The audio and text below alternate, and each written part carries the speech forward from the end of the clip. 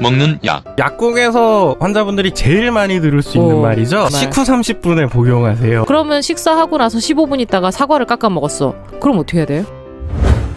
바르는 약. 연고를 처방해 줄 정도의 상태가 되면 화장을 웬만하면 안 하셨으면 좋겠다라고 하는데 그냥 하시더라고. 왜냐면 화장은 생명이거든. 그럼 넌 좀비니? 붙이는 약. 파스는 약을 먹는 거 대신에 붙이는 거다. 그렇게 생각하시면 돼요. 감기 걸렸을 때 주사 어디에 맞아요?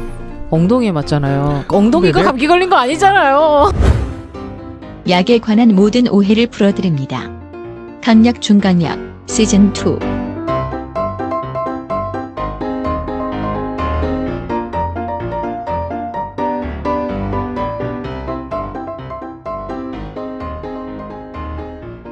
안녕하세요. 강약 중강약에서 감기 걸린 의사 역할을 맡고 있는 정혜진입니다.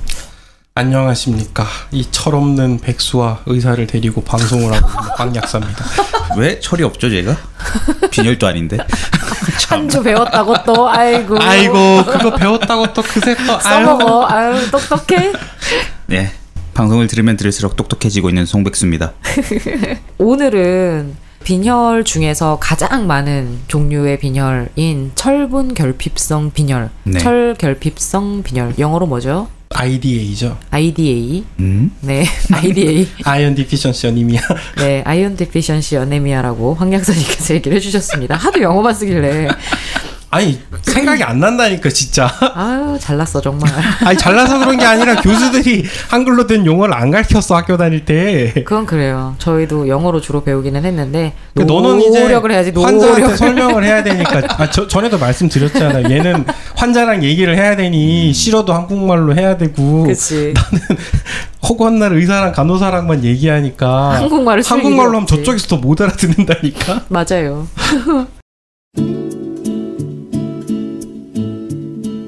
시즌2 세 번째 이야기 2부 철결핍성 빈혈. 자, 우리가 빈혈 얘기를 하지만 실제로 뭐 알고 있는 빈혈 중에 많은 부분이 철결핍성 빈혈인데요. 그러고 처음에 우리가 빈혈 소재 얘기하면서 철분 제제를 자꾸 사람들이 그냥 자기 마음대로 사서 먹는 이 행태에 대해서 어떻게 하면 바로잡을 수 있을까라는 문제에서 이걸 시작했던 것처럼 실제로 철결핍성 빈혈의 치료제가 철인데 네. 그러면은 언제 어떤 빈혈에 걸린 사람이 언제 철을 먹어야 되고 어떻게 먹어야 되고 어떤 철을 먹어야 되느냐 이런 거에 대해서 철에 대해서 얘기를 좀 해보자. 철결핍성 빈혈을 정리를 하자면 네.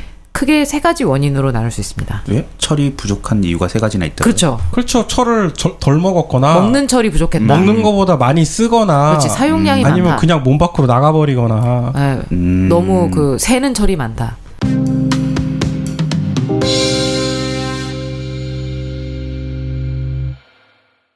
빈혈의 첫 번째 타임에서도 얘기를 했지만 철분 섭취가 부족한 경우는 대표적인 게 네. 다이어트입니다. 해보셨나요? 그게 뭐죠? 아, 두 분 다 다이어트 하셔야 될 것 같은데. 다이어트는 식단이란 뜻이라고 들었는데. 어디서 영어 공부는 좀 했는데. 아, 그렇군요. 아, 네. 죄송합니다. 아니 진짜 그 말이 맞긴 하지. 그치. 여튼 체중 감량 그렇다면 체중 감량을 위해서 소식을 하는 그런 경우에 실제로 너무 먹는 철이 부족해서 철 섭취 부족으로 인한 철 결핍성 빈혈이 꽤 흔하게 와요. 이거는 해결은 좀 간단할 것 같은데요. 그렇죠. 먹으면 되는 거잖아요. 다이어트를 중지하면 되는 거죠. 철 들면 되죠. 시금치를 열심히 먹으면 되겠네. 그냥 먹으면 됩니다. 그냥 음식을 먹으면 돼요. 아무거나 정상적인 식단으로 먹으면 네. 돼요.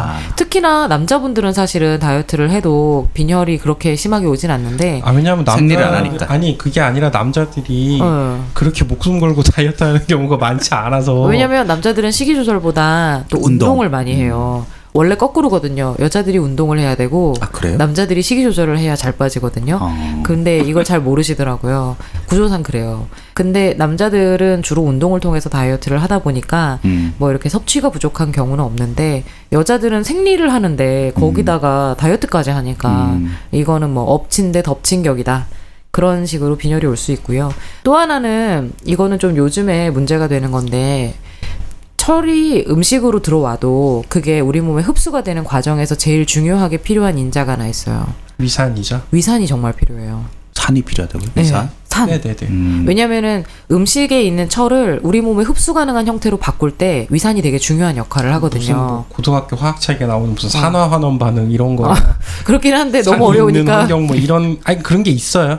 아무튼 그래서 철이 이제 뭐 이온인데 뭐 이가 이온, 삼가 이온 이런 문제가 있거든요. 그래서 뒤에 가서 좀 더 얘기를 하겠지만 그거를 바꾸는데 위산이 되게 필요해요. 근데 우리나라에 제산제를 그렇게 좀 만성적으로 꾸준히 드시는 분들이 있어요. 제산제가 뭐죠? 뭐 이런 거죠. 잔탁 뭐 이런 거. 그러니까 속 쓰릴 때 위산을 안 나오게 위산 억제제? 억제하거나 뭐 네, 위산 억제제. 아니 뭐 그런 것도 중화시키는 약 뭐 겔포스니 겔포스 뭐 이런 거. 알마게린이 요즘 옥시에서 문제되는 게비스코닌이 뭐 이런 거. 이런 것들이 다 제산제인데 제산제를 너무 많이 드시면 위산 자체가 줄어들어서 실제로 활동하는 위산이 없으면 철분이 들어있는 음식을 아무리 많이 먹어도 흡수를 못 시켜요. 아니 우리나라 처방 행태상 제산제가 거의 필수 옵션 같은 거라서 그냥 약을 오래 먹는 사람들은 그렇지. 기본 제산제 오래 먹고 있다고 생각하시면 되거든요. 그렇죠. 그래서 정형외과 약을 오래 드시는데 위장장애가 있는 분들은 제산제가 딸려서 처방이 되는 경우가 꽤 있거든요. 아하. 그러면은 이제 제산제를 나도 모르게 오래 먹고 있었고 그러면은 그걸로 인해서 빈혈이 오는 경우가 있어요. 본인은 이걸 제산제라고 생각하는 게 아니라 뭐 정형외과 약이라고 얘기를 하는데 약을 뜯어보면 그게 아닌 그쵸. 거죠. 아니 뭐 근데 이게 하루 이틀 뭐 한두 달 이런 정도는 아니고요. 몇 달, 1년 뭐 이런 경우. 반년 이상 지속적으로. 이렇게 지속적으로 네네. 드신 경우에 해당이 되는 거죠. 그리고 이제 뭐 여러 가지 이유로 위를 절제한 분들 수술 위암 수술 이런 거. 그런 걸 하면 마찬가지로 이제 위산이 없잖아요. 그러면 또 이게 철분 흡수가 안 되는 거예요. 그래서 이런 분들은 아예 그 흡수가 잘 되는 형태로 만들어져 있는 철을 아예 드려야 되는 경우도 있고요. 철 섭취 부족인 경우 말고 사용량이 증가되는 건 지난 회에서도 얘기를 했지만 뭐 애라든가 성장기. 임산부라든가 그리고 임신 그다음에 이제 배출량 뭐 이렇게 새는 철이 많은 경우 치질? 치질 똑똑해 칼침 맞은 사람, 칼침 맞는 거, 총 맞은 거. 사람, 총 맞은 사람들? 네네네 그리고 또 있죠. 기생충이 피 빨아먹는 거. 옛날에는 많았는데 요새는 별로 없는데 옛날에 우리 TV 광고 같은 거 보면은 그 뭐지 회충량 먹어야 된다고. 12지장충 막 있잖아요. 네. 거기 있는 12지장충이 구충이라 그래갖고 12지장 벽에 이렇게 탁 달라붙어갖고 피를 짝짝짝 빨아먹는 애들이 있어요. 걔네들이 갈고리 모양으로 생긴 그렇죠, 그거지? 그렇죠. 그래서 네. 훅웜이라고 얘기를 하는데 훅 들어오는 벌레. 그래서 걔가 계속 꾸준히 아주 오랫동안 티 안 나게 피를 빨아먹거든요. 그러면은 서서히 빈혈이 생기는 거예요. 그래갖고 옛날에 이런 게 있었어요. 기생충에 걸리면은 이식증이라 그래갖고 막 흙 퍼먹고 막 이러는 거예요. 왜 그러냐면은 심한 빈혈이 있으면 철분을 섭취하려는 그런 기본적인 본능적인 행태 때문에 쇠를 씹어 먹고. 쇠를 씹어먹고 흙도 집어먹고 엄마 쟤 흙 먹어 이게 옛날에는 다 이제 기생충이 흔하던 시절에는 그게 흔했던 거야. 그래서 십이지장충이 있으면 흙을 먹고 싶다. 실제로 아니 왜 우리 몸에서 뭐가 부족하면 본능적으로 그걸 먹으려고 찾게 되거든요. 그렇죠. 네. 요새는 근데 흙을 먹을 데가 별로 없어. 놀이터 막 이런 어디 있어? 데니까. 그래서 여튼 그렇게 기생충이 있는 경우에도 빈혈이 생길 수 있다. 이거 전부 다 지난번에 얘기했던 여러 가지 빈혈들 중에서 철분과 관련된 빈혈만 지금 얘기를 하고 있는 거예요.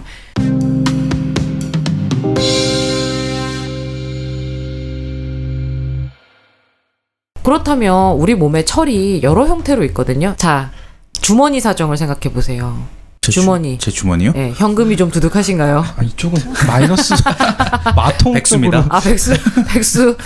좀 아니 그런데. 그렇게 바쁘게 놀러 다닐 돈은 어디서 나오는 거죠? 마통? 너 우리 예전 방송할 때 그 돈 다 확인해 봤니? 제가 월급날 퇴직했기 때문에. 역시. 이게 철도 저장된 철이 있고요. 사용하고 있는 철이 있고요. 실제로 그리고 조직 내에 속속속 철들이 여기저기 들어있어요.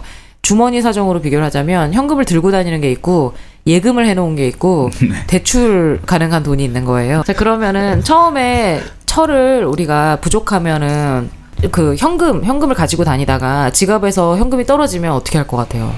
친구한테 빌려요? ATM 길을 ATM 네. 그렇죠. 은행에서 돈을 빼와야 되겠죠. 은행에서 돈을 야금야금 빼요. 그러다가 은행에서 마이너스 0이 딱 떴어. 잔고 0. 네. 그러면 이제 대부업체 4천만 땡겨주세요. 되는 거지. 맞습니다.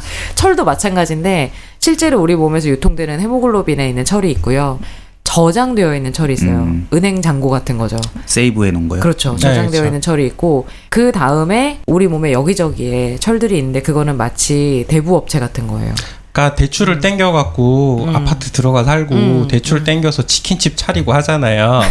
그러니까 당장 환전이 안 되는 건데 돈 들여서 만들어 놓은 어떤 시설물? 뭐 그렇죠. 그런 거라고 생각하면 될 것 같네요. 그래서 일단은 철 결핍이 시작이 되면 예금부터 빠지기 시작을 해요. 조금씩 찾아서 쓰는 거죠. 왜냐하면 당장 안 쓸 수는 없으니까 지난 화에서 얘기했지만 저희는 하루에 1mg의 철을 쓴다 그랬잖아요. 네. 그래서 여기저기 여기에 저기 쓰는데 그 쓰는 철들을 메꾸기 위해서 들어오는 게 없으면 일단 예금되어 있는 거를 찾아서 써요. 야금야금 찾아서 쓰다가 그 저장되어 있는 철에 앵꼬가 나면 현금을 가지고 있던 것까지 앵꼬가 나면 조직에 있는 철들을 빼서 쓰는데 그래서 생기는 현상이 손톱 같은 거가 이렇게 되게 지금은 빤빤하고 동글동글하게 네. 생겼는데 얘가 이렇게 훅 패인다던가 입안에 염증이 계속 반복적으로 난다던가 분해형 혀에도 같은 염증이 것도 난다던가 있고. 네네. 뭐 이런 여러 가지 현상들이 나타나는데요. 요새 같은 그런 시대에 그렇게 대출까지 받을 정도로 철 결핍이 오는 경우는 별로 없어요. 워낙 워낙에 잘 먹기 잘 때문에. 먹으니까. 근데 잔고 없이 영원으로 다니는 사람은 꽤 많아요. 그러니까 아까 얘기한 무리한 다이어트, 생리혈, 그리고 뭐 여러 가지 뭐 기생충, 기생충은 요새 많지는 돈 벌러 않지만 안 가거나 들어오는 대로 흥청망청 다 쓰거나 그렇죠, 뭐 그렇죠. 그런 상태인 거죠. 그래서 철 중에서도 실제로 우리가 현금처럼 들고 다니는 철과 은행 잔고 같은 철이 있는데 이 얘네 둘이 많이 부족한 사람들이 있고 우리가 철 먹을 때 철분제제를 이렇게 사서 먹거나 처방받아서 먹을 때 얘네들을 이제 채워나가기 시작을 하는 거거든요. 그래서 철 결핍성 빈혈의 치료다고 하면 기본적으로는 철을 먹는 거죠. 그렇죠.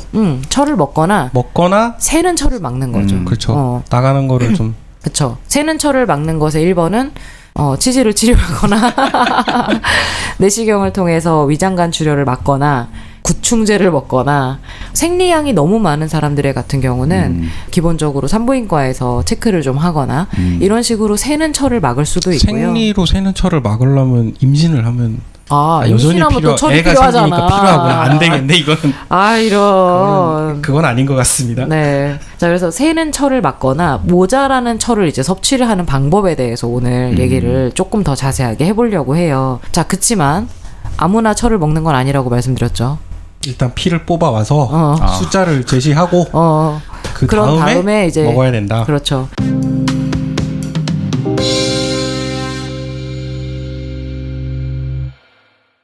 실제로 환자분들이 와서 철분제제에 대해서 물어볼 때 이가철, 삼가철을 알고 오는 경우가 있어요.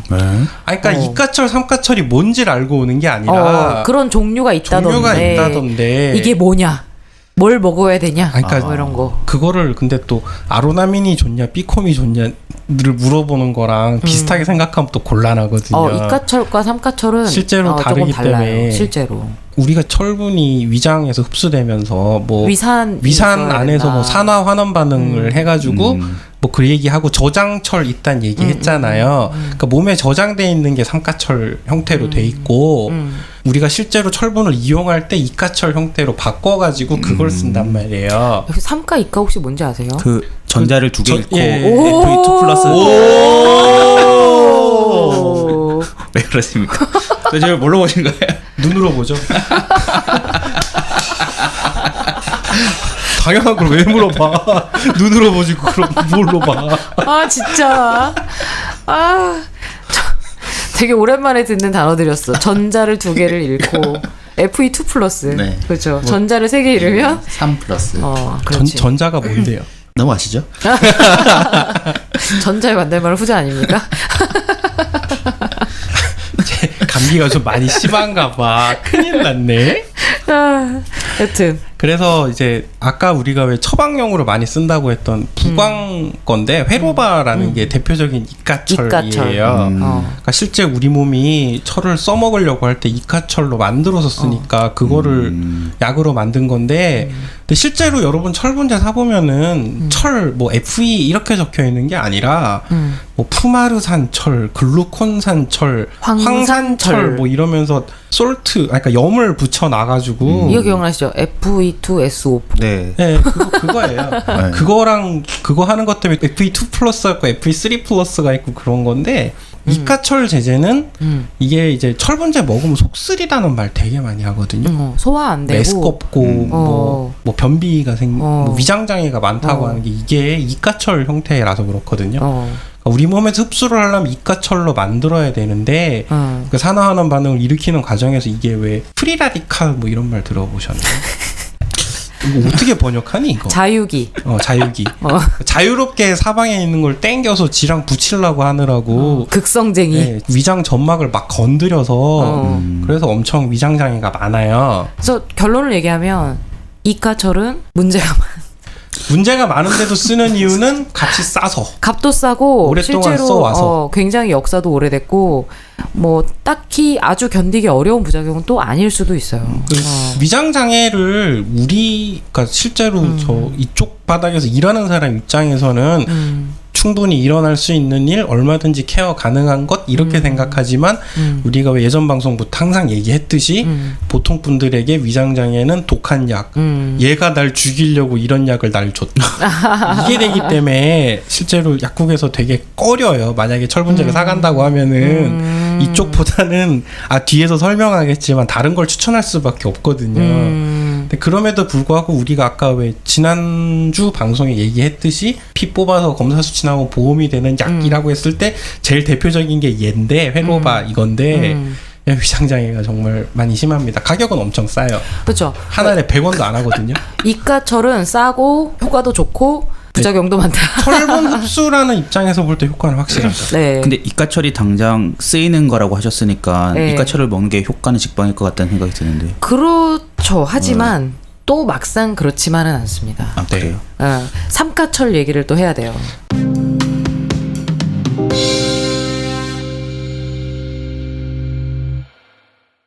삼가철이라는 거는 우리가 왜 저장해둔 철 얘기했잖아요. 이게 위산에서 이가철로 변해가지고 체내에서 이제 철 이용하듯이 세포로 그 산소를 데리고 가는 뭐 그 과정에 있는 건데 얘는 말했지만 삼가에서 이가로 변환된다면 써야 되기 때문에 만약에 이 삼가 형태로 약을 먹으면은 아까 이가철보다 들어가는 양이 적어요.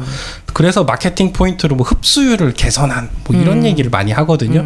근데 문제는 철분 흡수라는 게 얼마만큼을 때려 부었을 때 정확히 얼마가 들어간다는 정량적인 게 없어요. 그러니까 내가 철분 제제 100mg짜리를 먹었을 때 그게 100mg이 다 흡수되는 게 아니거든요. 그러니까 예를 들면 아까 회로바 얘기를 했는데 이게 건조 황산철 뭐 256mg 이렇게 적혀 있단 말이에요. 그 이 한 알 256짜리 그 설명서를 보고 먹었으니까 와, 난 하루에 철을 250mg 넘게 먹었어라고 생각을 하면은 오산이다. 경기도 오산이다. 왜냐면은 실제로 철분제 종류가 뭐 퓨마레이트, 글루코네이트 뭐 이렇게 있는데 실제로 철은 이제 원소철 FE2 플러스나 FE3 플러스 형태로 몇 미리가 남냐 그러면 그 분자량 계산해 보면 나오는데 그 원소가 아니고 이온이죠. 참 이온으로 엘레멘탈 철이라고 하죠. 한글로 번역이 잘 안 된다. 그러니까 엘레멘탈 그 철로 얼마가 남냐를 내가 계산을 못하니까 보통 퍼센트로 얘기를 하면은 이제 황산철 같은 한 20% 남아요. 그러니까 250짜리를 먹으면은 한 40mg이 원소철로 들어가는 거예요. 왜냐면 SO4가 분자량이 크잖아요. 그렇죠. 그게 빠져나가니까. 그러면은 FE만 남는 거야. 그러니까 근데 황산철에서 황산을 빼고 철만 남기는 건데 우리 약에는 황산철 전체 밀리그램이 들어있는 거죠. 몇 밀리라고 돼 있는 거기 때문에 일단 거기서 계산을 한 번 더 해야 되고 그게 몸에 들어가면은 온전하게 40mg가 흡수가 되냐 하면 그것도 아니다. 그렇지. 실제로 그래서 연구 결과 이거저거 보는데 정량적으로 정확히 얼마 들어가면 얼마라는 건 없는데 성인 남자한테는 한 5, 6ml 정도 보더라고요. 하루에. 그러니까 한 캡슐이나 한 알이나 이렇게 정량을 먹었을 때 뭐 하루에 10mg 이상 보통 흡수하기는 쉽지 않은 것 같아요. 네. 그래서 그 어떤 약을 먹든지 흡수되는 철의 양은 사실은 비슷한 거지. 정리하자면 이가철은 흡수가 잘 되고 네. 부작용이 좀 많기는 하지만 우리가 역사와 전통을 자랑하고 가격이 싸다. 삼가철은 흡수율이 좀 떨어지고 하지만 부작용, 위장 부작용이 많이 없어요. 그렇다라는 거고 가격이 좀 비싸요. 삼가철은. 아. 실제로 이가철하고 삼가철하고 부작용 면에서만 보면 우리가 보통 먹을 때 약 먹고 속 쓰리고 힘들고 변비 생기고 이러면 먹기 싫잖아요. 네. 근데 이가철은 불편하고 삼가철은 좀 덜 불편하거든요. 삼가철을 먹고 싶은데 가격이 5배야. 오. 그러면 5배도 사실은 넘죠. 거의 5배 가까이 되거든요. 흡수율도 떨어지고. 흡수율도 떨어지고. 그래서 이거 좀 갈등할 만 하잖아요, 사실은. 근데 사실은 갈등할 필요가 없는 게 몸에 들어갔을 때 실제 흡수되는 몸에 남는 양으로 계산해 보면은 뭘 먹든 상관이 없었던 거죠, 처음부터. 그러니까 흡수율은 삼가철이 떨어지지만 네. 실제로 이가철도 100% 흡수되는 게 아니고 삼가철도 100% 흡수되는 게 아니다 보니까 두 가지 다 최종적으로 몸에 흡수되는 양은 비슷하더라. 그리고 그래서 딱 그만큼 이상 필요하지도 않더라. 그 얘기예요. 대신에 그래서 우리가 가격과 부작용으로 이가를 먹을 거냐 삼가를 먹을 거냐를 결정을 하는 거죠. 그러니까 이가철의 장점이 흡수가 잘 된다였는데 딱히 그렇다고 삼가철이 흡수율이 떨어지지는 않다. 네, 왜냐면은 둘 다 100% 흡수가 안 되고 그 우리가 필요한 만큼 차이 나는 것만큼으로 용량을 정해서 용량을 더 키워놨기 때문에 정량을 먹었을 때는 비슷한 효과가 있다. 근데 문제는 부작용을 얼마나 견디기 힘드냐에 따라서 가격 대비 효용성을 따져서 복용을 하셔라라는 거고요. 저는 잘 견디니까는 네. 무조건 이가철을 먹고.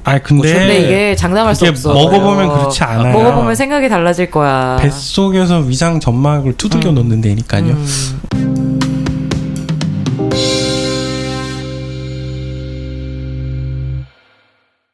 이거를 환자가 결정할 수 있어요? 의사 선생님이 물어봐 주세요. 이게 생각해보세요. 이런 문제가 있는 거예요. 병원에 가서 철을 처방을 받았는데 이쪽 병원에 가니까 한 달치를 받았는데 몇천 원밖에 안 했어. 이쪽 병원에 가니까 한 달치를 받는데 10,000원이 넘게 봐. 이 병원 왜 이렇게 비싸? 그쵸. 근데 이거를 지금 설명하려면 이걸 다 해야 되는 거야. 이거는 이가철과 삼가철 두 가지가 있는데요. 이거는 부작용이 적은 대신에 조금 비싸고 이거는 부작용이 조금 있는 대신에 싸요. 조금 비싸면 괜찮은데 5배에서 10배씩 그치. 비싸니까. 그러니까 이거를 근데 친절하게 설명을 해주고 조금이라도 이렇게 설명이 되는 병원이 있는가 하면 그런 거 없이 그냥 처방이 쭉쭉 나가는 다 보니까 아무래도 이 병원이 비싼 약을 쓰는 병원 이렇게 생각을 하실 수도 있죠. 그러니까 예전에 왜 저도 어디 맘카페 이런 거에서 뭐 돌아다닌다는 말을 누가 뭐 저 자주 가는 커뮤니티 질문 게시판에 올려서 봤는데 뭐 보건소에서 나눠준 철은 뭐 위장 장애가 심하고 뭐 싸구려 약을 주고 뭐 이렇게 알려져 있더라고요. 그렇지. 보건소에서 주는 철은 대부분 이가철인데. 그러니까 페로바라는 게 제일 싸니까 그렇죠. 아무래도 그래서 보건소 약은 뭐 싸고 보건소 진료는 뭔가 저렴한 것이다라는 편견이 다들 많으세요. 그쵸. 근데 사실은 가격이 싸니까. 싼 건 맞지만 보건소에서 뭐 이렇게 나눠주는 게 질적으로 문제가 되는 건 아니고 효과는 거의 비슷하다고 보시면 되거든요. 그래서 뭔가 보건소 것은 무조건 질적으로 떨어지고 나쁘다 이거는 아니에요. 네.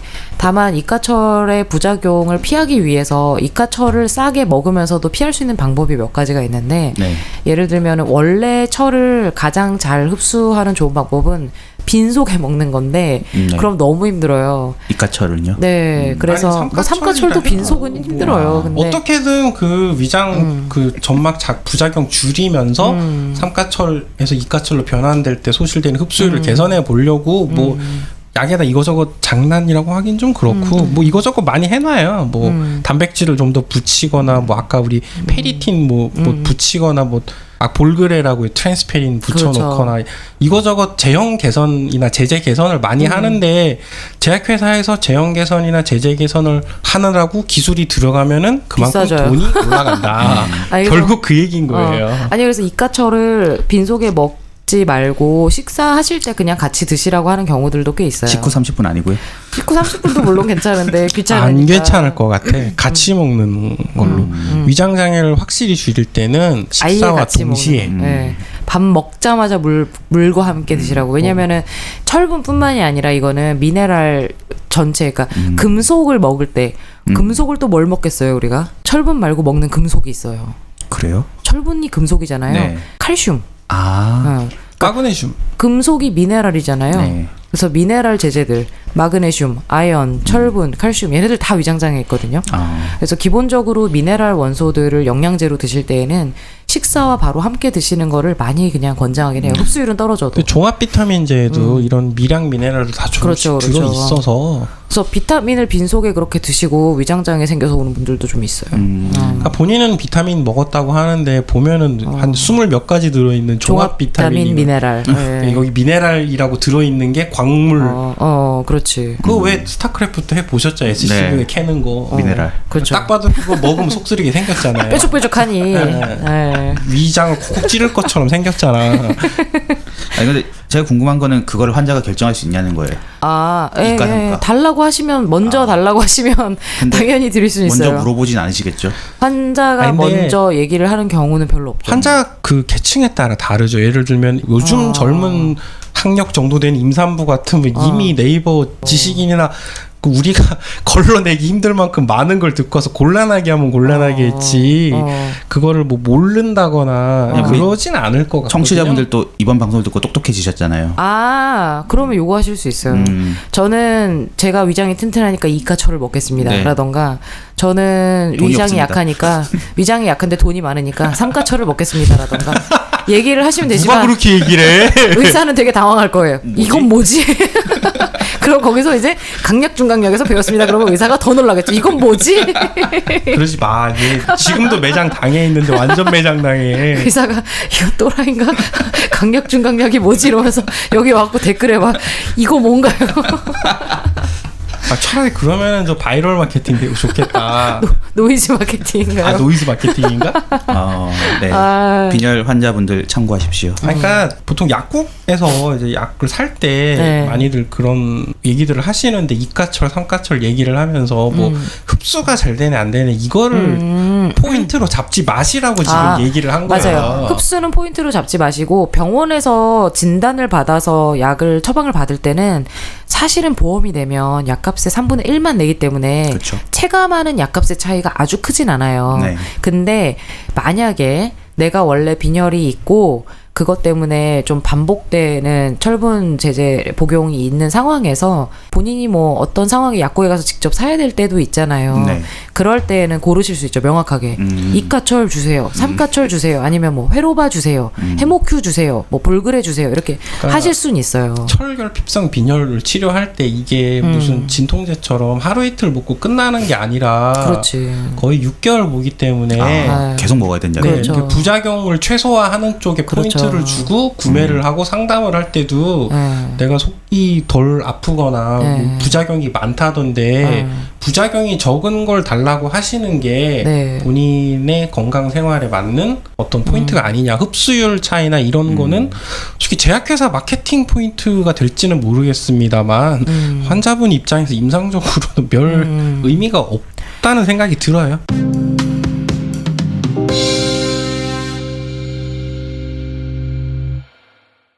자, 일단 조심하셔야 되는 거는 지난번 화에서도 얘기를 했지만 철분 제제 아무나 먹어서 되느냐. 피 검사부터 하고 먹자. 피를 뽑아와라. 철분 제제를 먹는데 방금 황 약사가 얘기한 것처럼 하루 이틀 먹어서는 안 돼요. 저희는 6개월 봅니다. 일단 아까 왜 우리 돈으로 비유해서 설명을 했지만 일단은 잔고가 0원이면 안 돼요. 내가 당장 생활비 쓸 돈을 지갑에 채워 놨어도 은행 잔고에서 몇 달 버틸 돈을 항상 만들어 놓고 그걸 꺼내 쓰는 식으로 철을 우리 몸이 운용을 하기 때문에 당장 지금 헤모글로빈 수치 뭐 흔히 말하는 수치가 그치. 올라왔다 하더라도 그치. 저장철이라는 걸 다 채워 놓으려면은 거의 그치. 6개월을 잡아서 6개월 동안 먹어야 된다고 지금 말을 하는 거거든요. 그래서 병원에서 먹어야 된다라고 얘기를 하는 게 뭐냐면 병원에서 철분 처방을 받으면 한 달을 먹고 피 검사를 해요. 왜냐면은 철분을 먹었을 때 일주일이 지나면 그 현금 지갑이 두둑해집니다. 그래서 헤모글로빈 자체가 뿅 하고 올라가요. 그래서 뭐 헤모글로빈이 막 9, 10 이랬던 사람들이 한 달 먹으면 12, 13 이렇게 올라가요.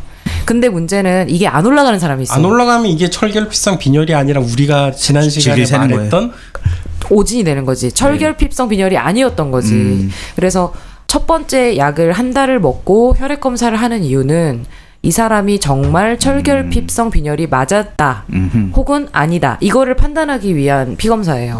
아니면 빨리 다른 치료를 해야 하니까. 그렇지. 그래서 철분 처방을 받고 첫 한 달 이후에 검사는 꼭 해야 되고요.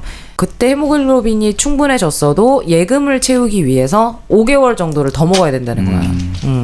그러니까 당장 밥 먹을 돈 있다고 끝나는 게 아니라 그렇죠. 몇 달 생활비를 저장해 둘 정도로 먹어야 된다는 거죠. 그렇죠. 그거를 최종 6개월로 보고 6개월 뒤에 예금 잔고를 저희가 혈액 검사를 통해서 또 해요. 그냥 헤모글로빈만 보는 게 아니라 예금 잔고를 또 측정하는 방법이 있거든요. 신용등급 조회를 하는 그렇지. 거죠. 그렇게 해서 예금이 빵빵하다라고 판단이 되면 약을 끊습니다. 그래서 이 과정 중에 혈액 검사가 필수예요. 진단부터 치료의 종료까지 혈액 검사 없이 철을 먹는 건 되게 무의미한 거예요. 그렇기 때문에 더욱더 철분 제제는 진료와 함께 진행이 되어야 합니다. 그냥 일반의품 개념으로 사서 먹을 거는 부족이 확실히 예상되는 경우, 뭐 임산부 같은 경우 외에는 그렇지. 완전히 의미 없는 행위라고 보시면 돼요. 임산부 같은 경우는 부족할 게 너무나 확실하기 때문에 원래 빈혈이 없던 사람이라도 20주 이상이 넘어가면 태아가 슬슬 커지기 때문에 20주 이상의 임산부들은 그냥 보통 시중에 파는 철분 제제들 그냥 사서 드시면 돼요. 근데 원래 빈혈이 있는 분들이 임신까지 하시면 어이구. 그분들은 그냥 처음부터 애초에 많은 양을 드셔야 되거든요. 그런 경우는 의사랑 상담해서 용량을 정해서 드셔야 되는 거죠. 아마도 그런 경우 때문에 또 이게 임산부한테 안전한 등급이니까 일반 의약품으로 파는 건 그 케이스 외에는 사실은 그렇죠. 의미가 없다. 임산부 말고는 굳이 어지러워서 네. 뭐 빈혈인 것 같은데 철분 먹는 아재가 있다 그러면은 아재가 임신했을 리는 없으니까 의미가 없는 행위다. 노인이라면 또 얘기가 달라집니다만 노인분들은 이미 다달이 병원을 가고 계실 게 너무 확실시 되기 때문에 노인분들은 왜 빈혈이 있어요? 이제 일단은 드시는 거 자체가 많이 줄어들기도 하고 위장에서 흡수하는 거 소화 자체가 문제도 있고 이게 위점막이 좀 노화의 과정을 거치면서 흡수율이 많이 떨어지게 되거든요. 또 이렇게 말하면 염산 맞는다 그러지만 몸이 늙어서 그런 거예요. 하지마 슬퍼.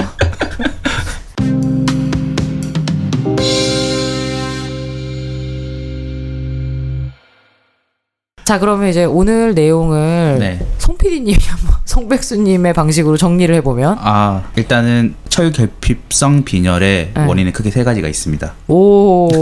첫 번째는 철 자체가 부족한 경우, 오. 질질 새는 경우, 오. 흡수를 못하는 경우. 에이, 그거 틀렸어. 이거 봐.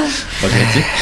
사용량이 많은 경우. 사용량이 많은 경우. 그냥 객관식으로 문제를 해야 돼. 그거 다음 말고 중 철결핍성 빈혈의 원인이 아닌 것은 1, 2, 3, 4 해가지고 1번 사용량이 많아서 2번 새는 게 많아서 3번 흡수가 안 돼서 4번 철이 안 들어서 4번 PD님 4번 지금. PD님 4번 철이 안 들어서 오늘의 주요 결론은 철분제 그 약에 관한 얘기인데요. 이가철과 상가철 약이 있는데 이가철은 부작용이 좀 세지만 가격이 저렴하다. 그렇죠. 흡수율도 괜찮고 흡수율은 차이가 없다. 이가나 상가나. 결론적으로 그럴 수 있다. 네. 상가철은 비싼데 부작용이 좀 덜하다. 그렇죠. 그러니 자신의 몸 상태를 잘 파악해서 이가철 조금 먹어보고 참으면 하면 계속 먹고 괜찮겠다 싶으면 상가철을 갖고. 잠깐만 뭔가 이상한데? 잠깐만 그거 한 달치씩 팔 텐데 그게 돼? 한 달치씩 팔고요. 철분 제제는 조금 먹고 못 바꿔요. 여기서 중요한 포인트는 이거잖아요. 뭐요? 피부터 뽑고 의사랑 상의해서 임산부가 아닌 이상 피 뽑아서 그 철분 제제가 일반 의약품으로 나와 있는 경우는 임산부 때문이지. 그렇지. 너네들 때문이 아니다. 그렇지. 그렇죠. 똑똑해. 점점 똑똑해지고 있어. 자, 그러면 역시 마찬가지로 피부터 뽑고 보자. 그리고 철분 제제를 먹는 과정은 의사와 함께 모니터링 해야 한다.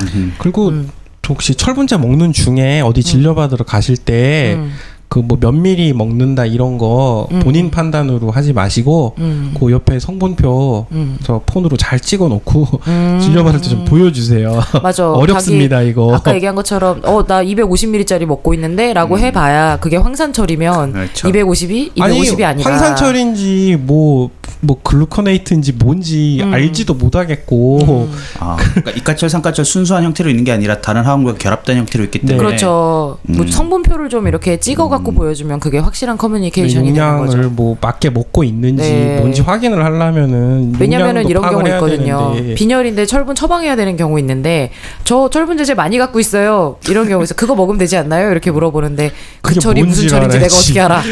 그래서 그거를 좀 이렇게 찍어서 보여주면 도움이 되겠다. 병원에 갈 때는 복용하고 있는 약을요.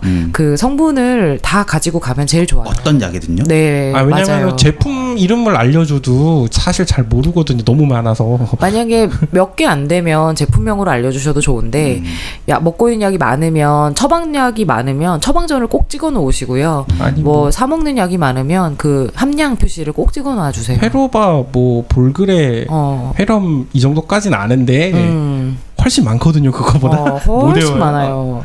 그래서 뭐 일단 오늘의 그래서 결론 정리하면 진료는 의사에게, 약은 약사에게 늘 결론인데 뭘 외삼실. 그렇게 하는 걸로 하고 다음 시간에는 피임약. 송 PD가 그렇게 그리워하는 송 PD가 아니 송 PD라니 누가 송 PD야? 송백수님이 송백수가 그렇게 그렇게 원하는 알고 싶어하지만 실제로 써볼 일이 없는. 피임약에 대해서 또 2회에 걸쳐서 얘기를 나눠보는 걸로 하겠습니다. 자, 그럼 다음 시간에 뵙도록 하겠습니다. 감사합니다. 감사합니다.